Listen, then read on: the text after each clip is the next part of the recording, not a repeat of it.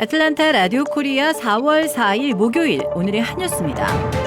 제닛 옐런 미 재무부 장관이 오늘부터 닷새간 방중 일정을 시작했습니다. 옐런 장관은 현지 시각 4일 오후 중국 남부 광저우에 도착했습니다. 작년 7월 이후 9개월 만에 다시 방중한 옐런 장관은 이달 9일까지 중국에 머뭅니다. 앞서 미 재무부는 옐런 장관이 이번 방중에서 미국 노동자 기업을 공정하게 대우해달라고 중국에 요구하고 불공정 무역 관행 개선을 압박하면서 중국의 산업 공급 과잉이 세계 경제에 미치는 영향을 강조할 것이라고 밝힌 바 있습니다. 옐런 장관은 또 불법 금융 대응과 금융 안전성 강화, 기후변화 대응, 개발도상국 부채 부담 완화 등 분야에서는 중국과 협력 확대를 추진할 방침입니다. 제롬 파월 연방준비제도 의장은 어제 최근 2개월간의 예상을 웃돈 물가 지표가 일시적으로 튀어오른 요철인지 아닌지를 좀 더 지켜볼 필요가 있다고 말했습니다. 파월 의장은 어제 스탠퍼드대에서 열린 포럼 모두 발언에서 인플레이션에 대해 말하자면 최근 지표가 단순한 요철 이상을 의미하는지 판단하기는 아직 너무 이르다라고 말했습니다. 그는 이어 인플레이션이 목표 수준인 2%로 지속해 둔화하고 있다는 더욱 큰 자신감을 가지기 전까지는 기준금리를 낮추는 게 적절하지 않다고 생각한다라고 덧붙였습니다. 파월 의장은 현재까지 견조한 성장세와 인플레이션 진전에 비춰볼 때 정책 결정에 도움을 줄 추가적인 지표를 기다릴 시간이 있다라고 말했습니다. 미국의 인플레이션이 쉽게 둔화하지 않을 것이라는 전망이 커지면서 어제 금 선물 가격이 사상 처음으로 온스당 2,300달러를 돌파했습니다. 어제 뉴욕 상업거래소에서 6월 인도분 금 선물 종가는 전날보다 33.2달러, 1.5%가 오른 온스당 2,315달러를 기록해 사상 처음으로 온스당 2,300달러를 넘어섰습니다. 전문가들은 금시장 참가자들이 인플레이션 반등 또는 연방준비제도의 조기 금리 인하에 베팅하고 있다고 보고 있습니다. 금값은 통상 인플레이션 기대가 높아지거나 금리가 낮아질 때 상승하는 경향이 있습니다. 위기 상황에 대비해 안전한 투자 자산으로 금을 찾는 수요도 있습니다.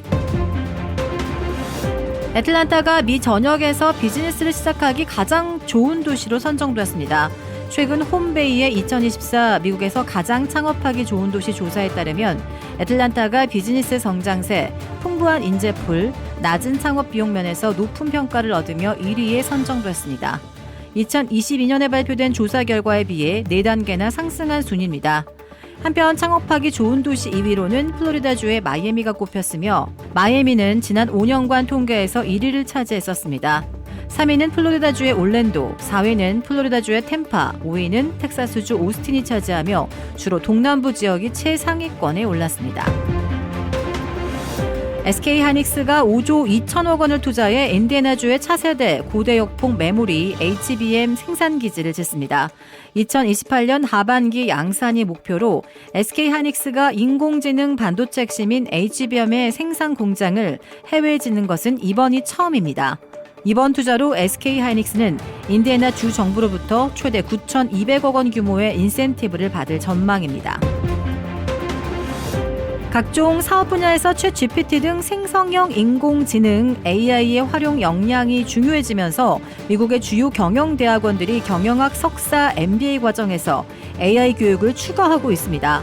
워싱턴 DC 소재의 사립 아메리칸대 코고드 경영대학원은 다음 학년부터 AI 관련 광자 20개를 새로 개설하거나 개편을 진행합니다.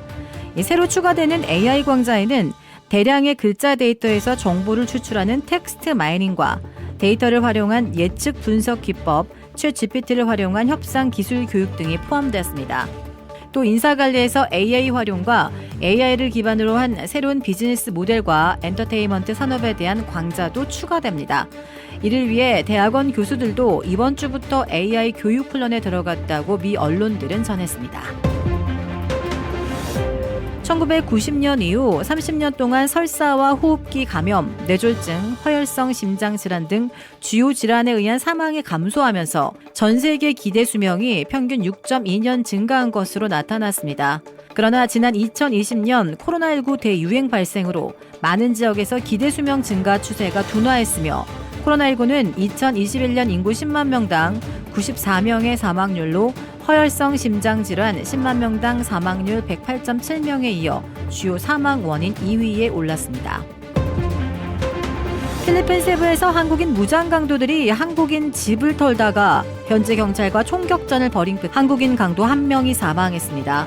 주 필리핀 한국 대사관에 따르면 47세 최모 씨, 45세 김모 씨, 49세 김모 씨 등 한국인 용의자 3명은 지난 2일 밤 9시 30분께 필리핀 세부의 고급 주택가의 한국인 피해자 집에 권총으로 무장하고 침입을 했습니다.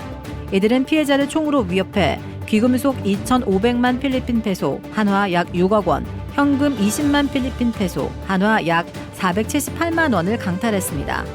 그 사이 강도가 들었다는 신고를 받고 경찰에 출동해 피해자 집에 있는 용의자들과 대치했습니다. 경찰은 용의자들과 협상을 통해 투항시키려고 했으나 용의자들이 경찰관들에게 사격을 가해 응사했습니다.